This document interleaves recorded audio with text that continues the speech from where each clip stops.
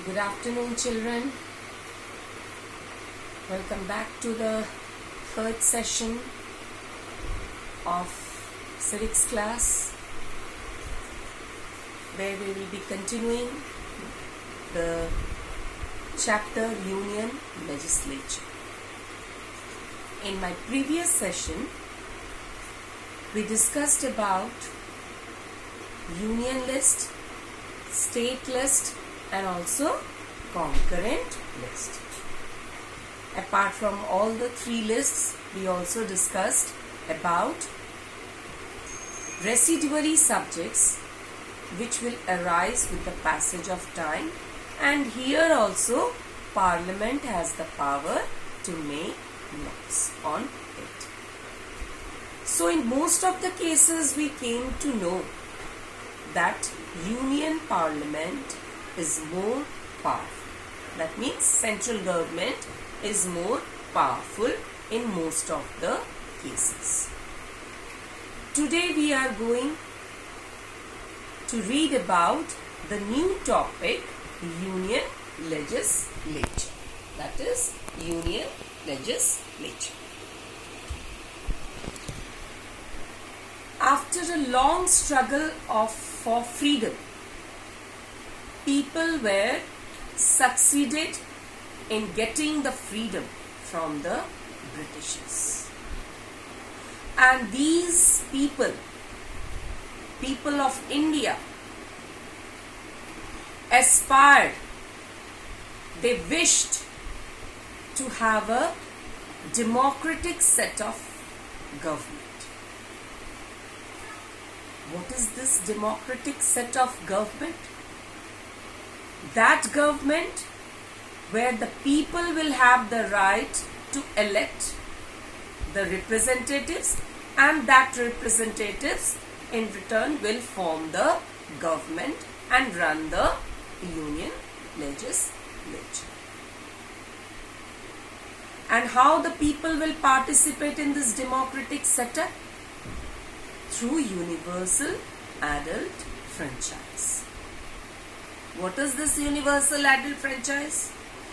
Many times you have come across this word. Universal adult franchise means here the people got the right to participate in the political process of the country. How? By using their right to vote. They elected their representatives, and these representatives again form the government. So this is all about the democratic setup. Now, as I told you that we are going to read about the Union Legislature. So here Parliament is the legislative organ of Union government. Which is the legislative organ? Parliament. Parliament is the legislative organ of the Union government. Legislature means laws are made, where the laws are made. And the laws are made here in this Parliament, and this Parliament consists of President,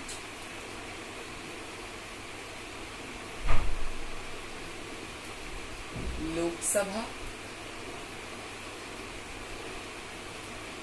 and Rajya Sabha.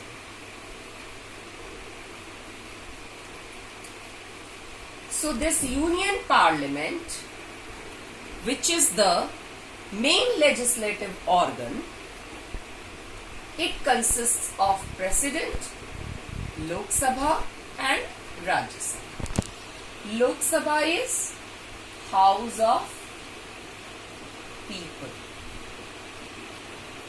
and Rajya Sabha is Council of States. Why this Lok Sabha is called House of People? Because here the people directly involves in the political process, and these people elect the representatives who are the members of Lok Sabha. They become members of parliament, MPs we can say. Why Raj Sabha is called Council of States? Because this house represents the different states of our country. So we can say that we were telling that India is working like a federation, but it has a strong center. So this is working like a federation because this house represents the different states of our country. So first we will come to Lok Sabha. Now, as I told you that in Union Parliament, this President is also an integral part of the Union Legislature. Why he is or she is an integral part? Because whatever bills are passed in both the houses, it cannot become a law until his or her approval or consent. So that's why President is an integral part of Union Parliament. So first of all, we will come to Lok Sabha. Let me write here.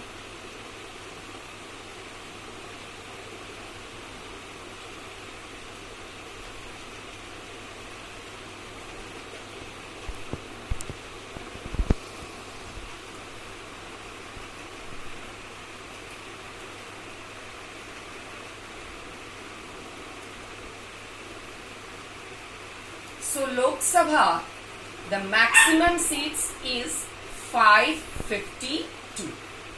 But at present, we have 545. At present, we have 545. Here in this 545, total number of seats are at present in Lok Sabha.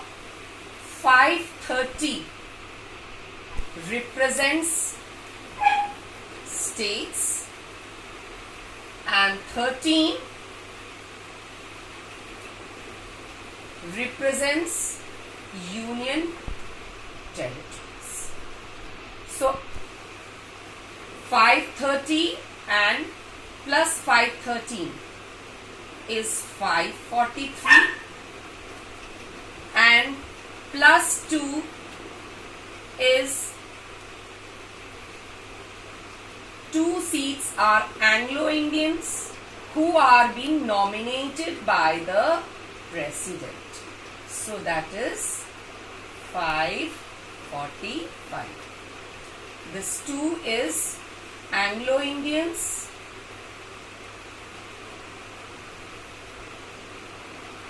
nominated by President.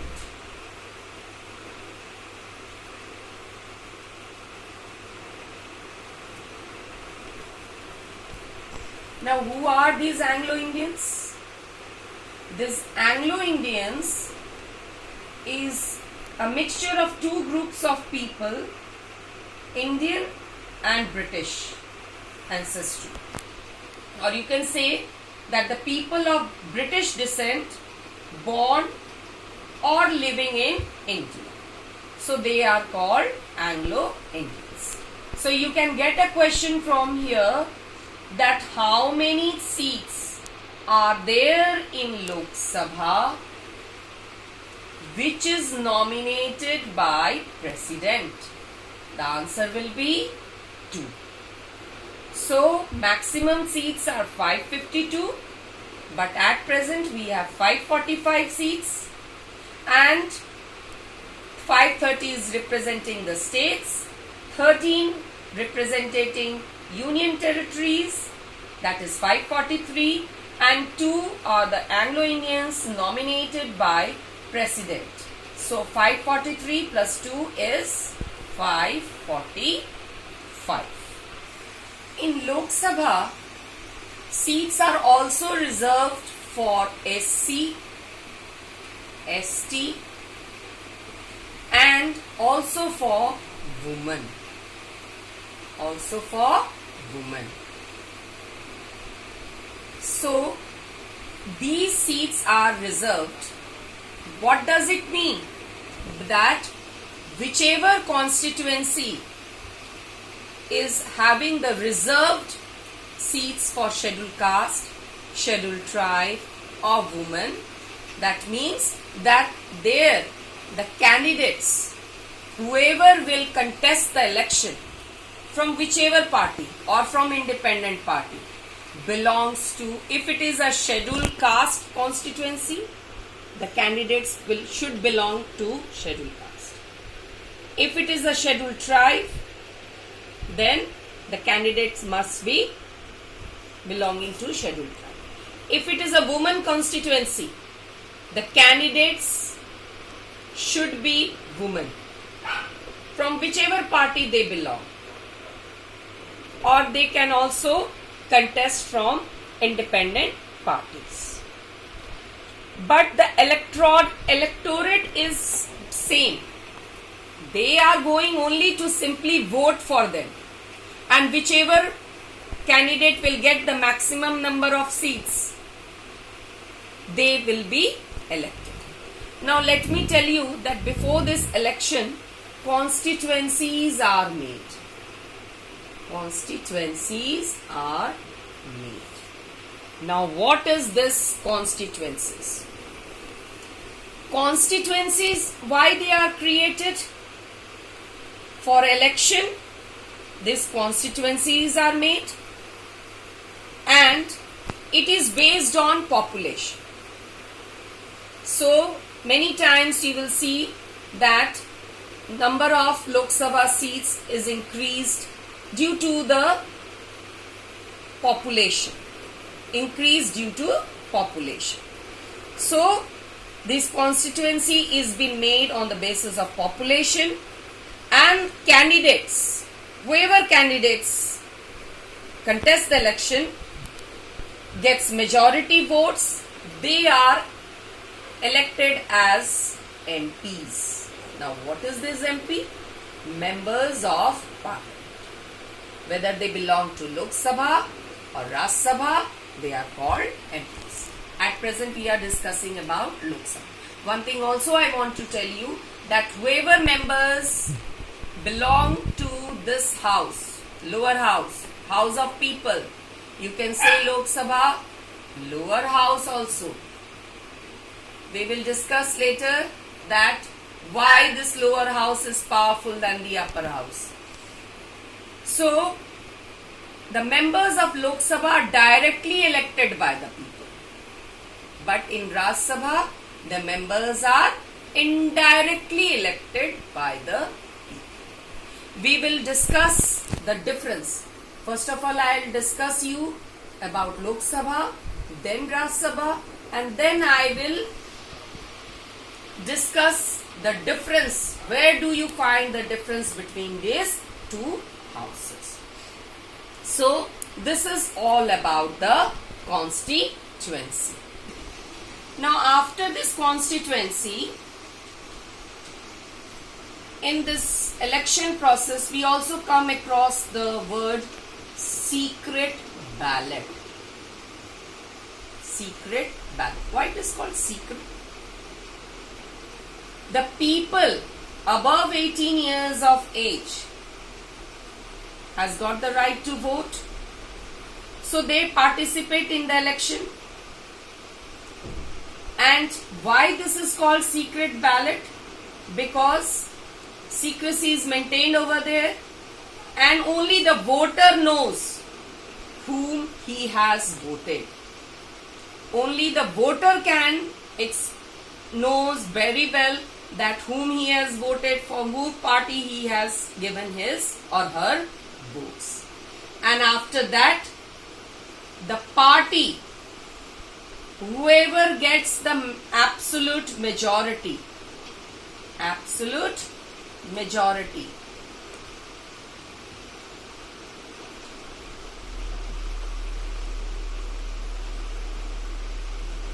that is more than half of the seats. After the voting procedure, it has been counted, and after counting, the party which gets the absolute majority, means more than half of the seats in parliament, the president invites them to form the government. After that, whoever party gets this absolute majority, president invites to form the government. And after forming the government, whoever is the leader of this party, he or she becomes the Prime Minister. So this is all about Lok Sabha. So for absolute majority, I can also explain you that if at present it is having 540 seats, it must have 273 or more than that. At present we have 545 seats in Lok Sabha. So you can see that at present BJP and his allied parties are having 273, more than 273. So whoever party gets 273 or more than that, that party will form the government, and the leader of that party will become the Prime Minister. Good. Now, as I told you that in 545, 273 or more than that,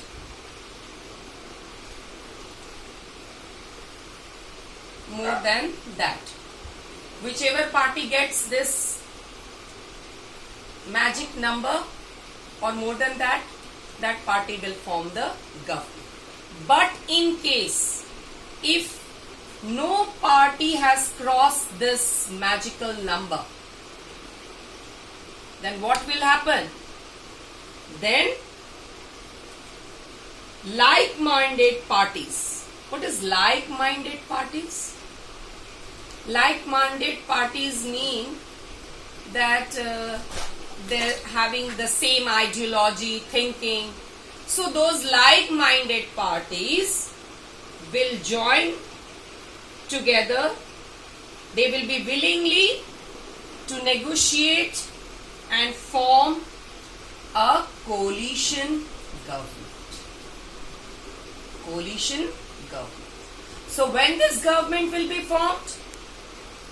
When no party will get this number, this or more than that, then in that case the like-minded people, like-minded parties will willingly negotiate within themselves and form this coalition government. And whoever, the other party who opposes the majority, the other party who opposes the government or the majority party will form opposition party. So these are the process for the formation of government. Next is term of Lok Sabha. Term of Lok Sabha. As you all know that it is of 5 years.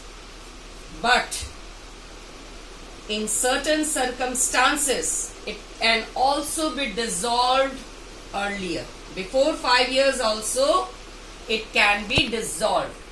And who is going to dissolve this house? President. On the advice of Prime Minister. And in which case it will be dissolved? If it loses its majority, then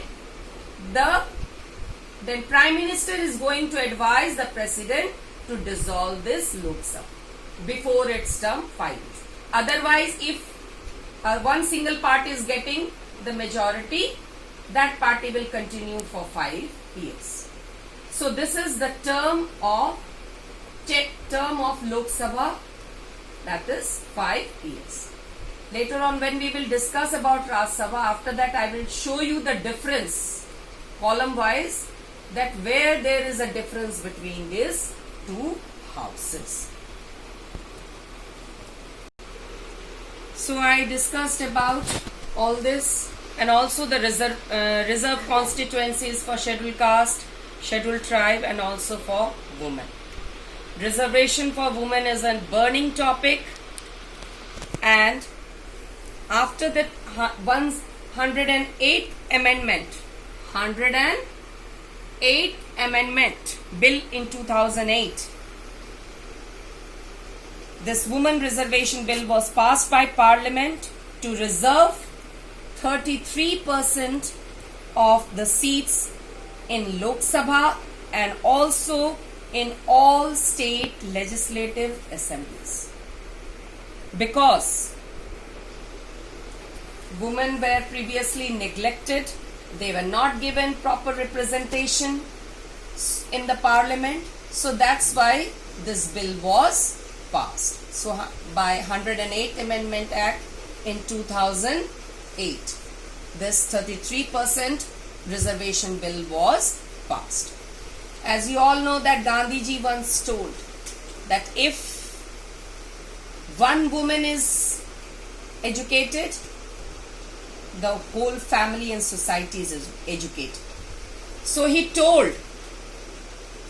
believed that as long as women of India do not take part in public affairs, we cannot lift the country, we cannot save the country. So, women representation is essential. Regarding the distribution of Lok Sabha seats in our country, it depends on population, as I told you. The largest number of constituencies found in our country is Uttar Pradesh, which has 80 Lok Sabha seats. These are some of the facts which has already been given in your book. And the lowest one you will find in Sikkim, Mizoram, Nagaland, Arunachal Pradesh, Manipur and Tripura, where we have only one Lok Sabha seats. Next we come to qualification. What qualification one must have to become the member of Lok Sabha? First is Indian citizen. Second, must be 25 years of age. 25 years of age. Third, name must be in voter list. Name must be in voter list. Then, fourth one, that he or she must not be government servant. Government servant. Must not be government servant. Means if you are being elected as a member of Lok Sabha, you cannot be the member, cannot hold a government job. You must not be a government employee. Apart from that, you should also possess qualifications which are added in the Parliament time to time. Qualifications included in the Parliament.